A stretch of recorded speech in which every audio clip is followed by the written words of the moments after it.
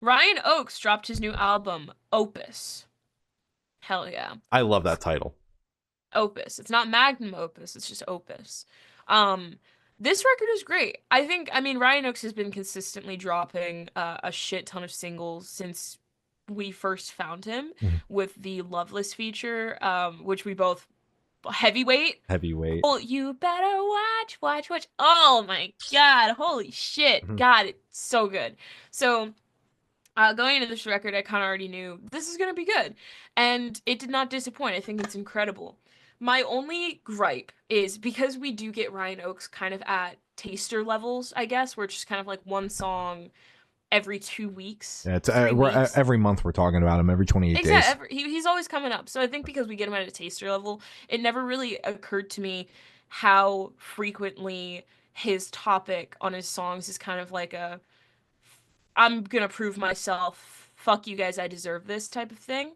And I think honestly, like every artist ever should probably have a song like that because I do feel like, yeah, fuck, you should, prove yourself. Mhm. Hell yeah. Because if this is something you really want to do, fucking stand up for yourself and show like I want this and this is what I want to do, regardless of what anyone else fucking says.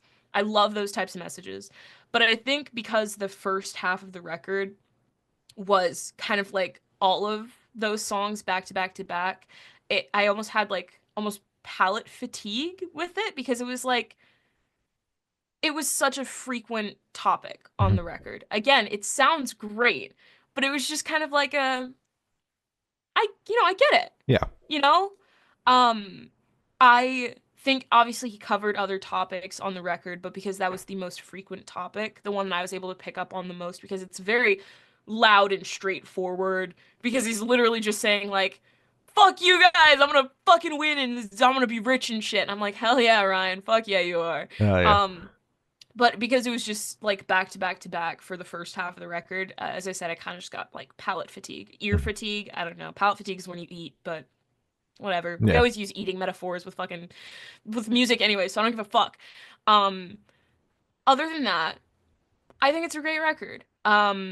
I still really appreciate just kind of the early 2000s influence he has on it with kind of just that era of rap. I think it's fun. I think it is a great fusion of kind of like the alternative rap. I still really like fuck. Oh my God, I had it.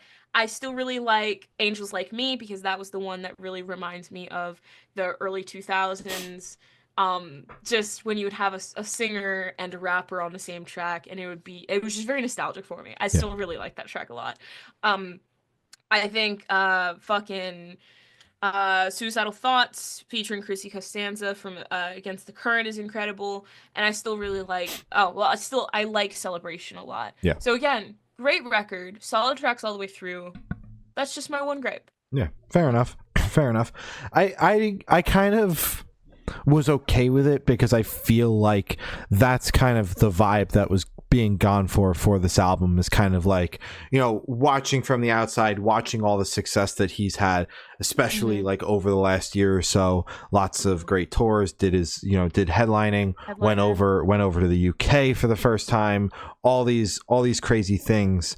um Mm-hmm. you know it's kind of like, I'm gonna make it and also look at all of what I've done over Mm-hmm. the last little bit. It like almost Yeah, makes sense, and then calling the album Opus, which is why I was like, that's such a great it's a album title, dope. because it is Yeah. kind of like putting a big word on a body of work, and I like that. I like the balls of that.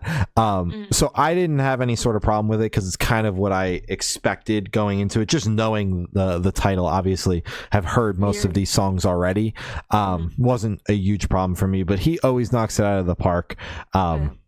I love, as you said, like the early 2000s rap influence with, meshed with the alternative, some metal-ish type influences. Some tracks are heavier, some tracks are more alternative, some are just straight up Mm-hmm. rap. I always enjoy that because you never really know what you're gonna get. But Mm-hmm. I prefer the way that this album was track listed to the last one, because I remember the Mm-hmm. last record was also a majority of the singles, but it was front loaded with all the singles, and It then was front loaded. and then the songs we hadn't heard were towards the end, and there were a lot more singles this time around on the record, Hmm. but it was more so, you know, it opened with tracks you hadn't heard yet, and then kind of trickled down to like Suicidal Thoughts is like the song I think of this era. So like to cap Mm. off the record with that versus like opening with it, I Yeah. respect it. I liked the way it flowed a little bit more. It didn't just feel like the way the singles came out, which is kind of how it felt last time.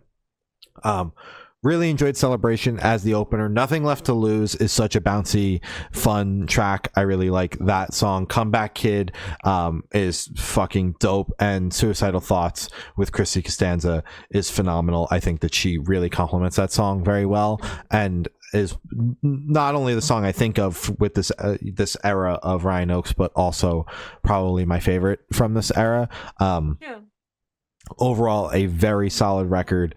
He continues to not disappoint. I was looking at his discography. It's crazy to see an album come out every fucking year, but he just continues to do it, and it's Yeah. mind-boggling. He's going on tour. Dates are somewhere on his profile. They're slipping my mind, but I know he put up a huge US tour, It's so happening. it's Yeah. happening. It's happening. It's real. Hell yeah.